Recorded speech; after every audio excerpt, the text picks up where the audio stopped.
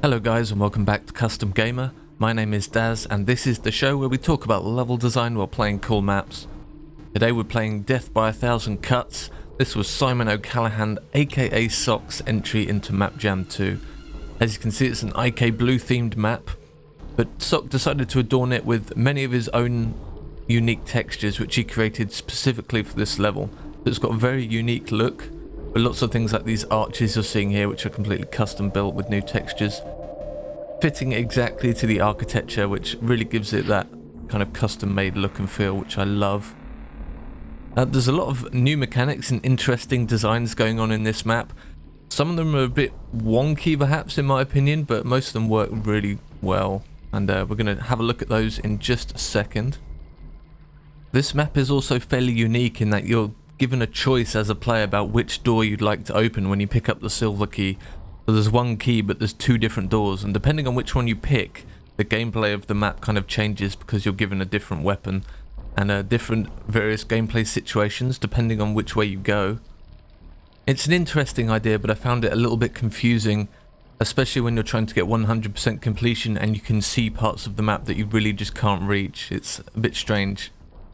But let's go and have a look, shall we? Okay, so here we are.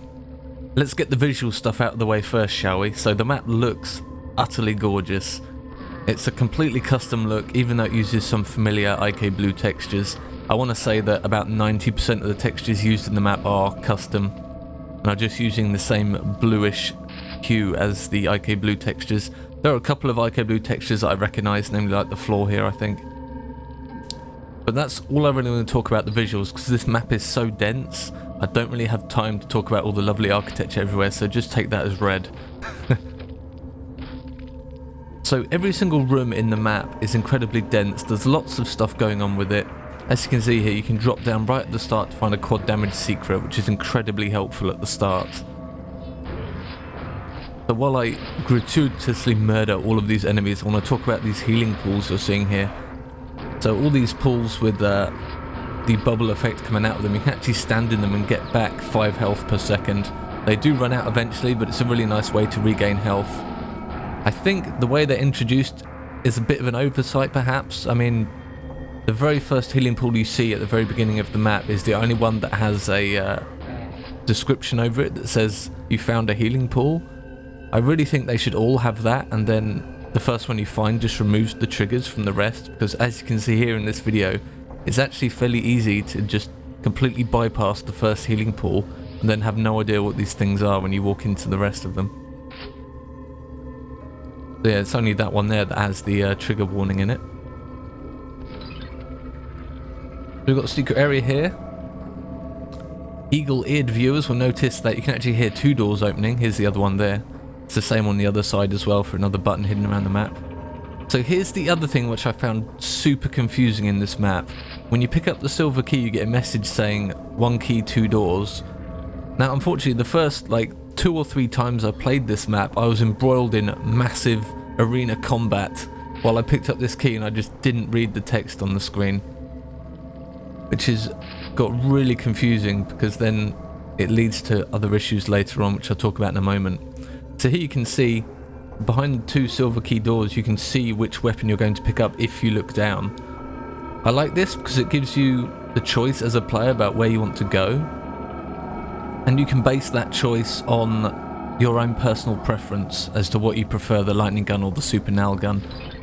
If you couldn't look down and see those weapons there, you'd just pick a door randomly, right, and it wouldn't feel as interesting.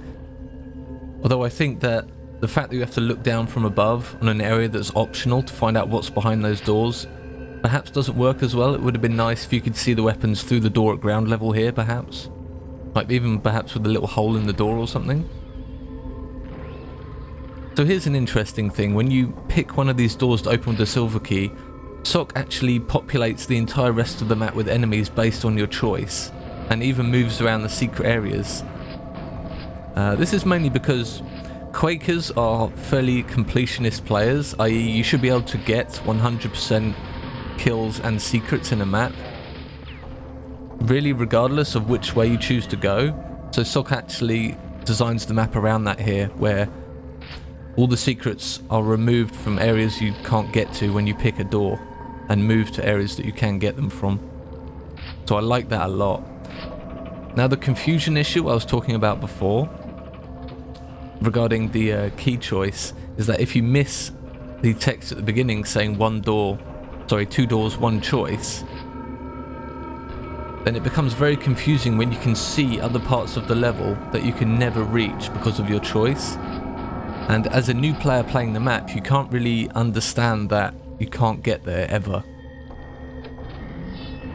Even though you're not really missing anything because that area has been depopulated, but I found that very confusing my first couple of times through the map. I was running around trying to find all the secrets and kill all the enemies, and that just felt like I wouldn't be able to do it because of my choice, and it felt extremely wrong. And it's because I missed that message there at the start. I think if perhaps the silver key had been given to you in an area where there was no combat, you could kind of guarantee that as a designer, that the player would understand the choice. But here we are. I picked the lightning gun route. It just seemed a little bit more interesting than just a more powerful nail gun. Perhaps if you weren't given a normal nail gun, the choice would have been even more interesting, because then you would have a choice between the cells or nails. Sock does a really nice thing here where you only really get cells by exploring and checking out all the nooks and crannies and things in the map. So the lightning gun, when you pick it up, is definitely a kind of a novelty weapon where you have to actually explore to find ammo to use it, and it's definitely very, very rationed out, which I like a lot. It's harder to do with the super nail gun side because the player has a nail gun anyway, you kind of need ammo for it. So you've seen a lot of the combat in this map, and something should stick out, I think, is that when you enter a new area, a lot of the time when you enter it, none of the enemies are looking at you, or they're placed in such a way that you have an option to kind of look around and plan your assault a bit before you start. I really like this. It's kind of something Sock does quite a lot in his maps. And it just gives you, as the player, a lot more agency about how you want to do things. Instead of just walking into a room and being attacked the same way every single time because a bunch of enemies are just staring straight at the door you come in from, you actually have a chance to prioritize the enemies and think, okay, I want to kill this ogre first, say, and players can make different choices there. It's a point of differentiation for the map, where as a player you can say, this is how I want to play this map, rather than the author choosing for you, you're going to be attacked right now when you open this door. I think that's a really important distinction to make here, because a lot of Quake maps can be played the same way every single time, just purely because the player isn't given a choice. You walk into a room, a bunch of enemies are set looking at the room, and although the combat is set up in an interesting and fun way, it's going to be the same every time because the enemies are going to see you exactly when you walk in. Incidentally, that's the healing pool message I just triggered there after going through half the map. So here's this loose brick secret, which is really interesting. I found the answer to this completely accidentally. And again here, look, you're dropped down and you're asked the question, how do you want to tackle this? You can see all the spawns in the healing pit over there, you can see the zombies. And Sock is asking the player the question, which one do you think is more dangerous? And it's kind of dependent on observation. The spawns are the same colour as the pool, so you might not notice them. And then when you attack the zombies first and they all jump at you, it's completely your fault. You missed them. And you're going to pay the price for it, as only spawns can punish you. This is probably the thing I like the most about the map, is just the amount of situations where Sock asks you, how do you want to deal with this, and leaves it in your hands. I think that's the biggest takeaway from this map. Something I really, really enjoy about it. So we can finally get up to the top here and hit this plinth to open up the exit, but not before repelling all these enemies. Now, one little niggle I did have the visuals of this map is you probably noticed all these runes etched into the walls everywhere. These blue runes that give off light. I found them really confusing on my first playthrough because I was trying to shoot them all. I thought one of them would be a button, right, to open a secret or something, but it turns out they're not, they're just light sources. But still, every single one, I think I shot almost every single one of them on my first playthrough. There you go, 6 out of 7 secrets.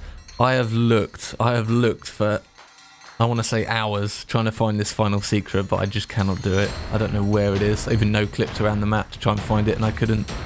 So I don't know what's going on there. But yeah, it's an extremely fun map. I love the way Sock keeps asking questions of the player. I felt some things could have been introduced better, i.e. the silver key choice and the healing pool introduction. But other than that, it's a great little map, and I think it's definitely worth checking out if you're a level designer, just for how Sock presents things to the player. Alright, I'll see you next time.